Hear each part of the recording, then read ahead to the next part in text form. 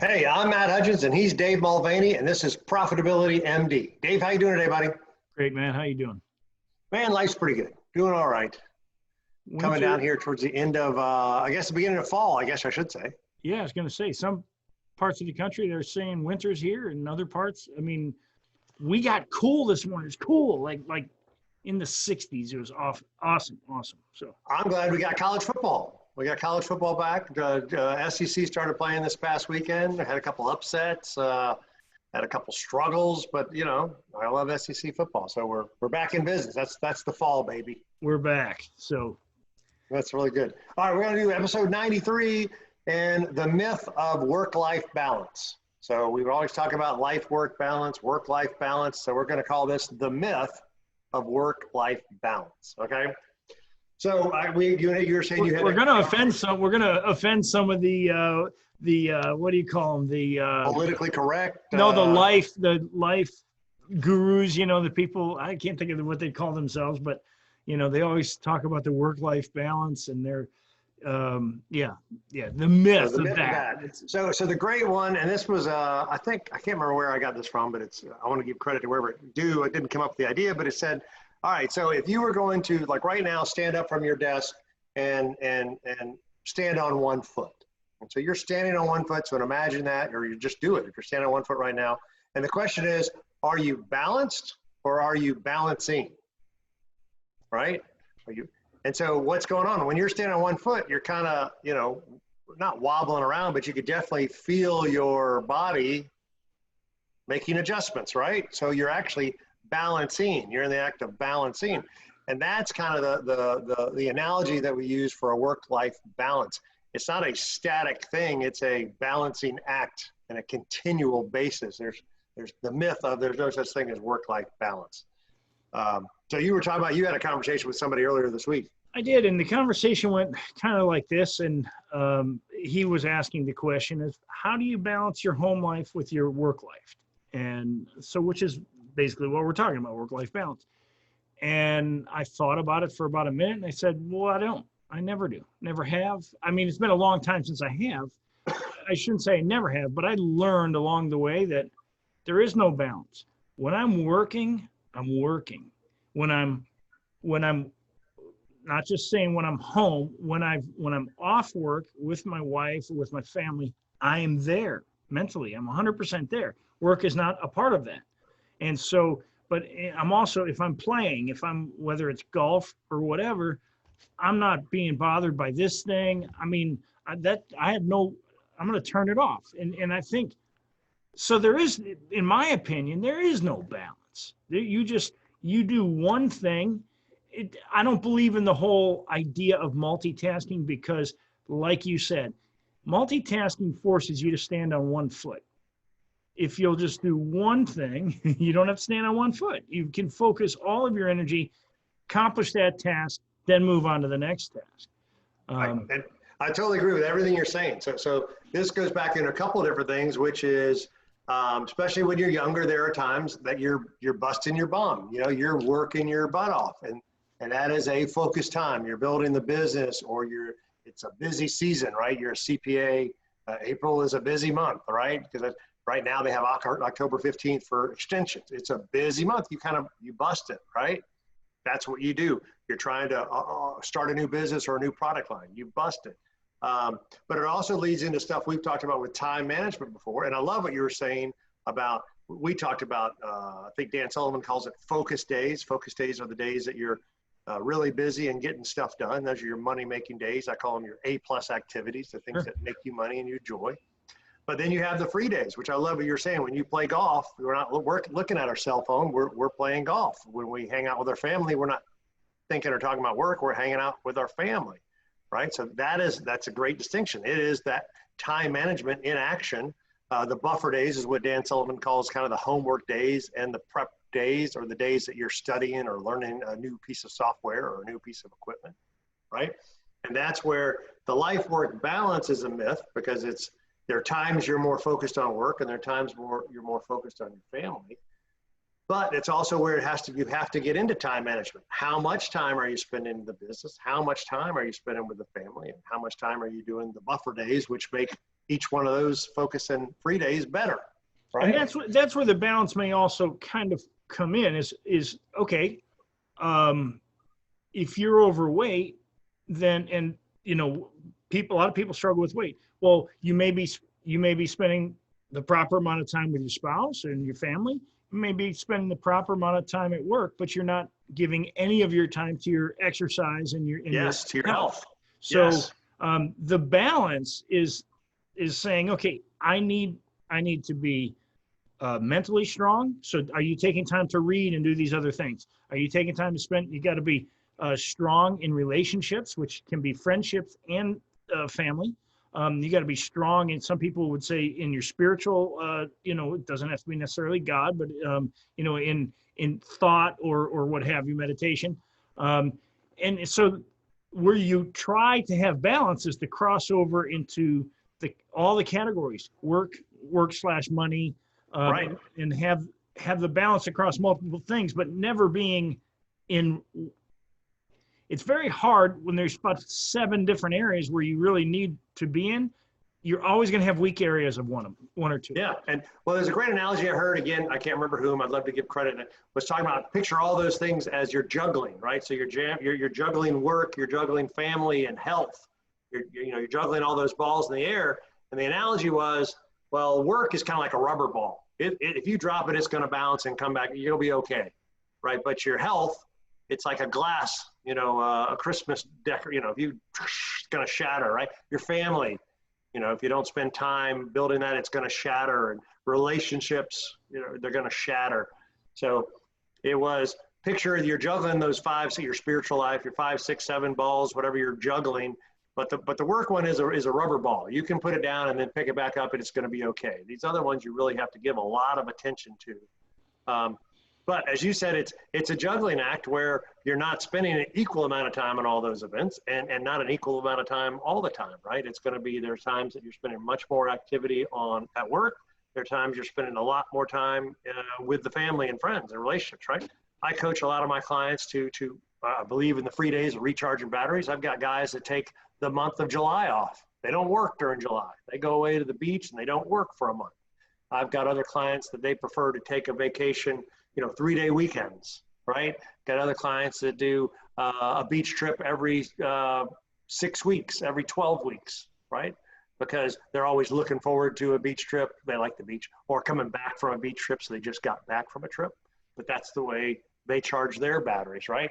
So balancing, in the week that they're taking off at the beach, they're recharging the batteries, right? And just so happens that it's just, I think I was Taki More, I was listening to one of he's another guru guy, and he had something like 6-week cycles. So it kind of goes into that 6 weeks go to the beach, where he was like, you're busting it for 6 weeks and then you're taking a week off, right? Busting it for 6 weeks, taking a week off. I think, I can't think of the other guys. Todd, somebody's got something called the 90-day year or something like that kind of idea, where you're busting for 90 days.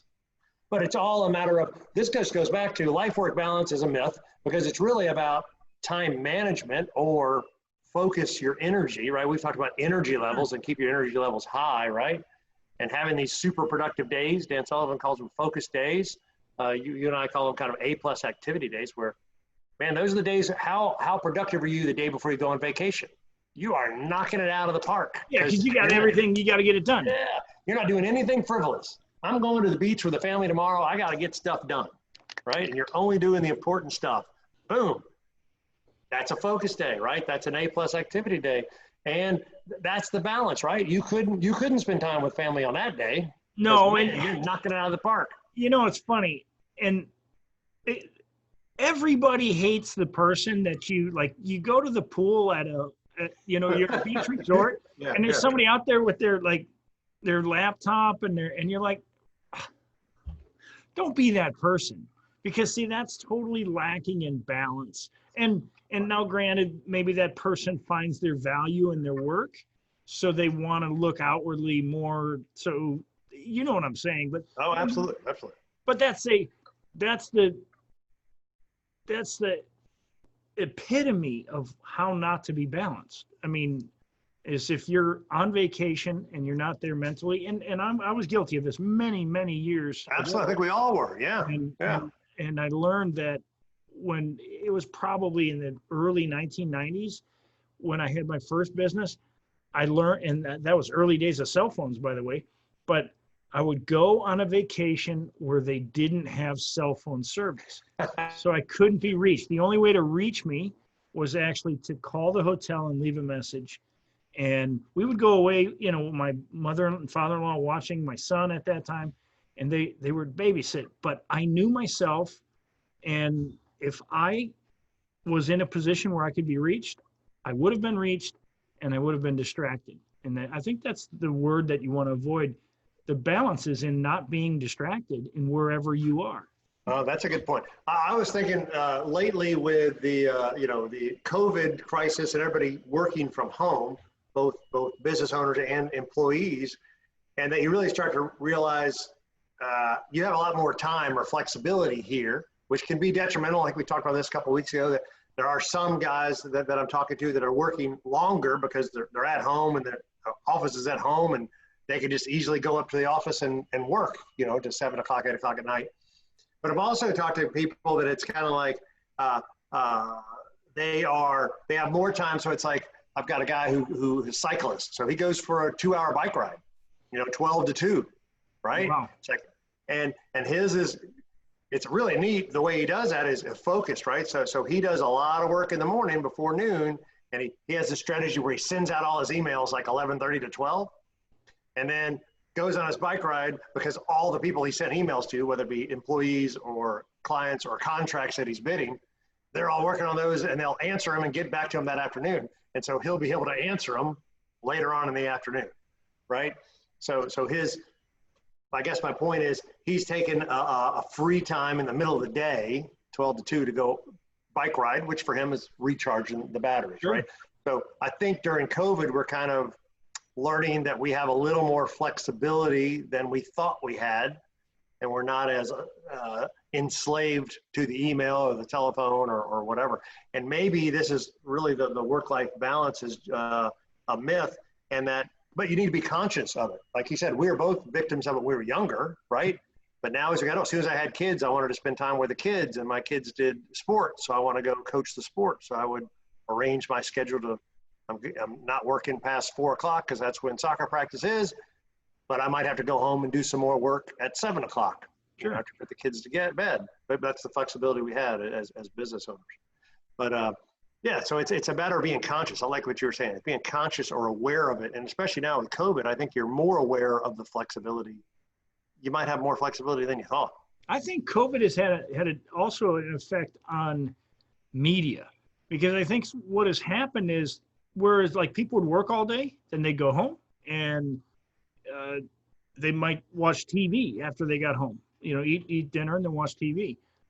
But now they're home working. So instead of watching TV, they're working at night. I mean, I probably don't watch, maybe even a couple hours at TV all week, but because I can work wherever I am, and I'd much rather work than watch TV. So I balance and say, yeah, I don't care to watch TV. So I make a choice to work instead. Now some would say, well, you need some more time off. Yeah, maybe so, but I don't feel burned out. I feel great. I feel excited. I feel managing the energy, like you're excited and energized about some of the activities you have, and you're still spending family time as an empty nester. You kind of time with your wife and have dinner with your wife. And no, I totally agree with that. I had a meeting this morning with one of my clients. Again, I think I mentioned this before. This is a third different client where everything's appointment only now, right? So their shops are appointment only. And again, we were talking about, at first that was a pivot. Hey, we got to go to appointment only. And then now it's running so well, they're going to extend the appointment only until the end of the year. And their excuse, not their excuse, but the reasoning is, well, we're going to do this until we don't have to wear masks, right, indoors or whatever. But the truth of the matter is, they kind of like it. They kind of like the idea of the appointments, because then there's no, but they'll still take walk-ups, right? And if there is space and somebody can help you, they will help you. But if not, they're easy to say. It's right there on the door. Hey, we don't take walk-ups, so you can set up an appointment by phone or whatever on the website.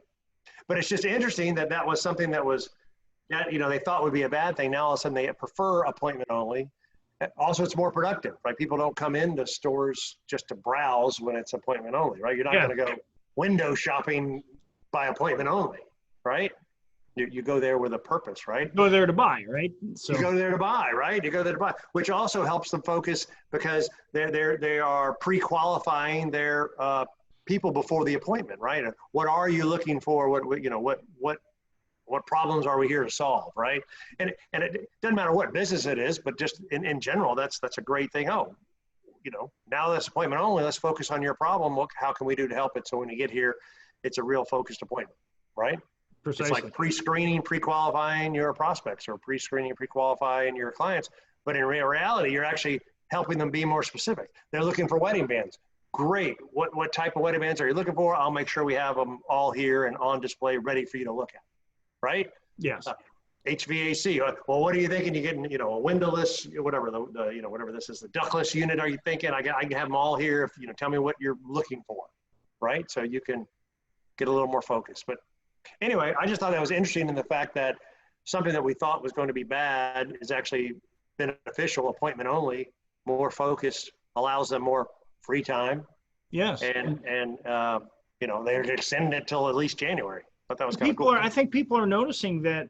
So at first, like if you turn off the news long enough to realize, when you get out of entrepreneurs' way, they'll find a way if you change the circumstances. Let's face it. You talk about earlier. You're talking about how do things in 6-week windows or 90-day windows. Well, right. The reality is, I've said this before. I hate the words "the new normal."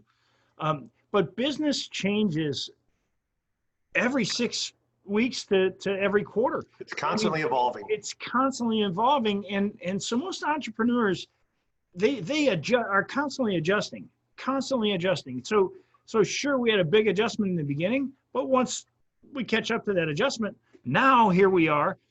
It doesn't seem like the balance is so hard because we've been doing it for a while. So again, the myth of I couldn't think of the word before, life coaches. See, life coaches, they always talk about this balance, and the balance is just in whatever you're doing, be there 100%. I mean, that's. Yes, and that's a great point you're making. I love that. Be there 100% whenever, if it's a focus activity and it's work, be there the whole time, right? And if it's with your family, be there the whole time.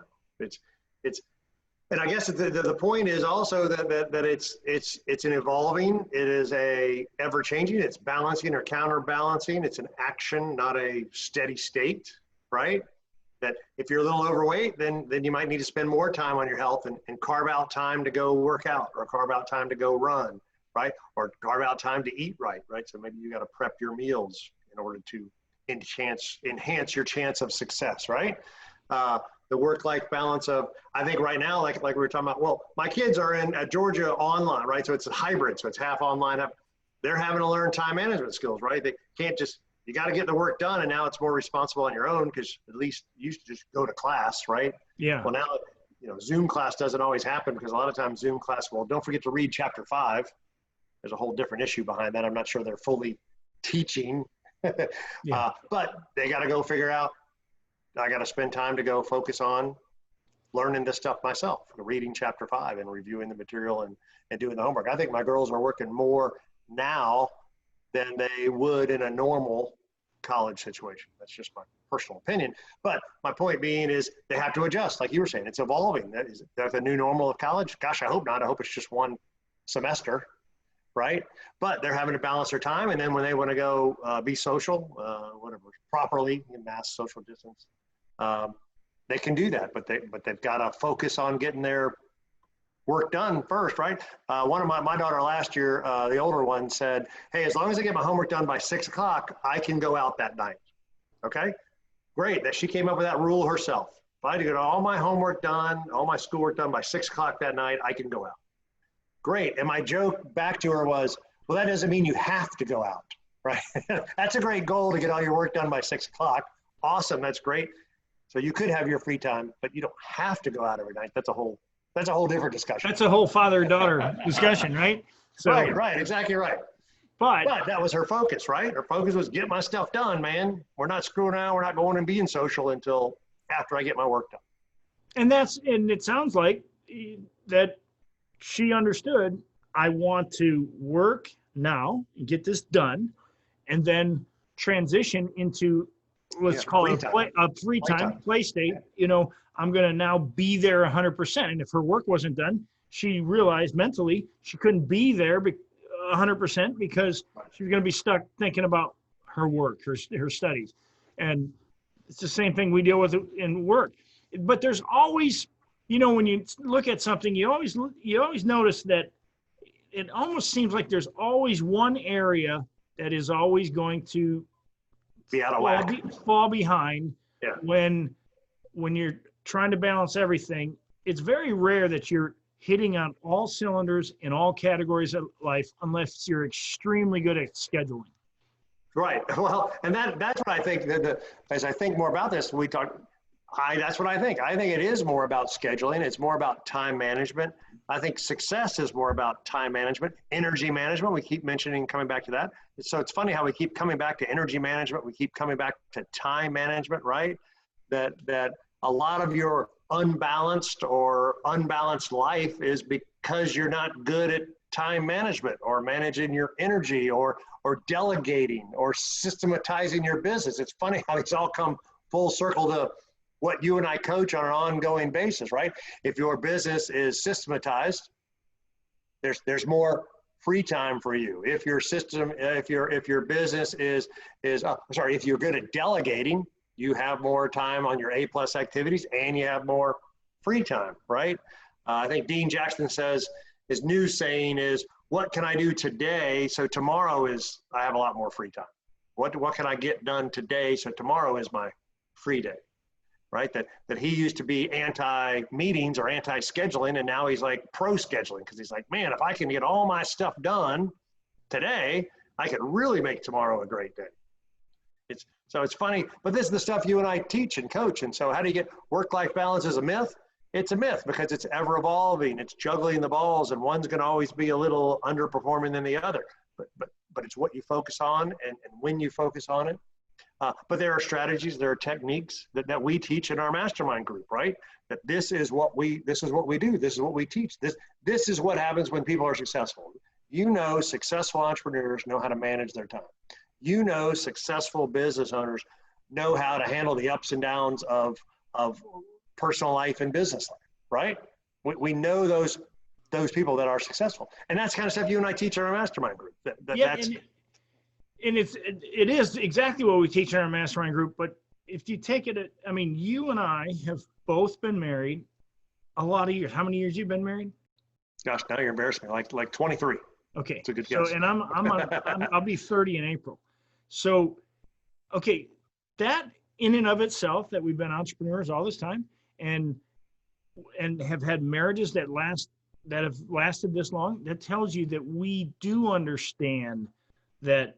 I don't look at a successful entrepreneur as on his third or fourth marriage as a successful entrepreneur, because I don't believe you have success when you have complete failure in any category. If you're completely 100, look, I was extremely overweight going into a few years back. I was 50 pounds overweight, and I looked at myself and I said, you cannot claim to be a success in these other areas and be a complete and total failure when it comes to your health. And you talked about the health being a glass ball, if you will. Your marriage can be a glass ball too. And right. So there's fragileness in certain areas, and if you neglect them, you will break that ball. And so work will always be there. You'll always have work, but these other things, to have success in all areas, I believe you have to pay attention to all the areas. Oh, absolutely. And I would even say, one step further, talking about, well, like I said, there are times, it was a great one. One of my buddies who JR is in strategic coach with me, and he was talking about, I think it was, I forget the time period, but it was one quarter recently where he said, this quarter, I'm saying no to everything else, and it's about my health. So he's actually the one that got me on 75 hard. You remember 75 hard, yeah. I got another buddy doing that. 75 all right. So he was like, I'm doing 75 hard, and I'm working out in the morning, so I'm not even going into work until 10 o'clock and then I'm leaving he's got a young son, so I'm leaving at 3:30 to go pick up my son and be able to have time with the family. So I'm going to get all my work done here, and I'm saying no to everything that's frivolous or non-focus oriented, because this is a me quarter. It was all about me, because he felt like he needed to focus on me for the quarter to get his health back in shape. That was his focus that quarter. And then he said he actually had the financially in like years. Amazing how that. All right, you broke up really bad there. You said, and then he said he had, and then the best financial quarter he'd had in ever, right? And so funny how he's focusing on his health. Yeah, because of that focus, other sides of the ball, he had a great financial quarter. I think that's partially the subconscious mind, and I'm a big believer in the subconscious mind. I think sometimes when you start focusing on other things, your mind says, "Okay, I'm getting all this other stuff taken care of," and so you don't even have to think, because your subconscious mind does so many things without you thinking about it.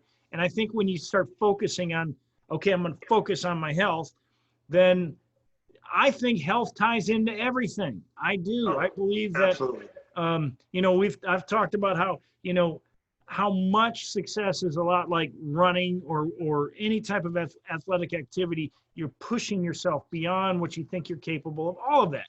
And it does transfer over into other parts of your life. So, I mean, well, absolutely. I mean, I think that my personal opinion when I start working with a coaching client is let's get your physical, let's get going. Whether it's a walk, hey, just go for a walk every morning, go for a walk every afternoon, go for a walk at lunch, right? Even just, we got to get started. We got to get the blood flowing, because that clears up your mind and that gets you focused. And it also leads into the process, right?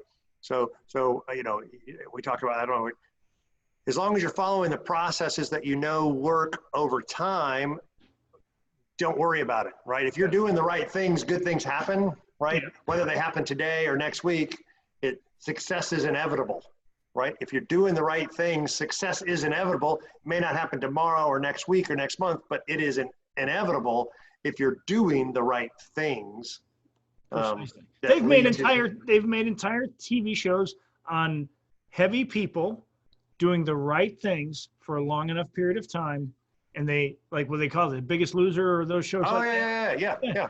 Those are people that are extremely overweight, but they do the right things for a long period of time. And let me tell you, those people, if they look at the short term, they'd never get done, because over the long term, doing the right thing for a long enough period of time, and boom, they finally get to a spot they're going, wow, I lost all this weight. It's the same with business. That's the same with business, right? And we talked about that. We talked about the five levers, right? Yeah, I need to get more leads. How do I get more leads? If you just focus on getting more leads, you'll get more business, right? How do I convert more opportunities once I get in front of them? If you just focus on how to convert your opportunities that when you get in front of them. If you convert on how to sell to existing customers, right? Subscription-based services, add-ons, upsells, downsells. Hey, would you like fries with that? You want dessert with that, right? If you these are all little areas that we've talked about that you can focus on to add to the bottom line. But they're the right activities to be focusing on that we know lead to positive results eventually, right? Whether it be next week or next month, because we know these are the right things. We've learned this through our own experiences, through our coaching, through our mastermind groups. These are the things that work. Well, I think I should wrap this up. That would be, all right, so the myth of work-life balance. It is a myth, in our opinion. It is a myth, right? That it's a constantly juggling act. It's the act of balancing. It's not a static balanced, and that you're always working on your health and your family and your relationships and your work. We said work is like the rubber ball that can be dropped, picked back up. But there are times that you need to focus and knock it out of the park, right? And with that, I got to grab something, because this was something I got many years ago to remind me of balance. And it's I like that. That's it's something I actually got that in Russia, but it always reminds me of balance. You got to have balance, and the balance comes from I believe 100% focus on being there, just being present wherever you are, whatever you're doing. Be 100% present, and you'll have balance. So as these are some of the things we talk about. Like when you're in a mastermind group, we go deeper. We don't just talk about business all the time. I mean, you got to go deeper because, you know, like we were just talking about marriage a little while ago. I mean, that matters. You know, that's why you're, you know, I always say, my daughter always says, you know, why do you exercise so hard? And I always say, well, so that I can eat the food I want and have beer if I want to have a beer, have a glass of wine if I want to have a glass of wine, so that I can do those things. And so that's, you know, but I'm there, you're there when, and these are the things we go into in our mastermind group. And that's where the impact in your life can happen, is because you have a group of people talking about hey, I'm struggling here, or I'm not struggling here. What do you guys, I'm trying to grow to this. What do you guys think of that? And we're, you know, and that's where a group of individuals can help you get a lot further on whatever track you're on, whether it's health, spiritually. I mean, we're not going to help you. You know, we're probably not the spiritual guides, I guess. But if you're looking for something, you know, to grow your business and have that balance, you know, the myth of balance is being there 100%. But if you're looking to grow your business and get more clients and have more free time, the whole thing is based in free time. I'd say make more money, take more time off, and pay less in taxes. And that's kind of my whole world. I think every business owner can have the type of business that they want, that they dream of. They can make more money, they can work less or take more time off, however you like to say that, and pay less in taxes, because who wants to tip the government? It's good stuff. All right, so we got profitabilitymd.com. We got our YouTube channel, Profitability MD. We've got our podcast, that's Profitability MD, anywhere your podcasts are downloadable. And then if you want to apply to our mastermind, we and I do a little interview. It's Matt at profitabilitymd.com, Dave at profitabilitymd.com. See if you're a good fit, if we're a good fit, if there's some way that we might be able to help you. That's great, Dave. This was a good week, man. I appreciate it. You got me all pumped up. I was a little down in the dumps earlier today. I'm feeling good about the myth of work-life balance, man. This was a good one. All right, Matt. Have a great afternoon. Bye. See you.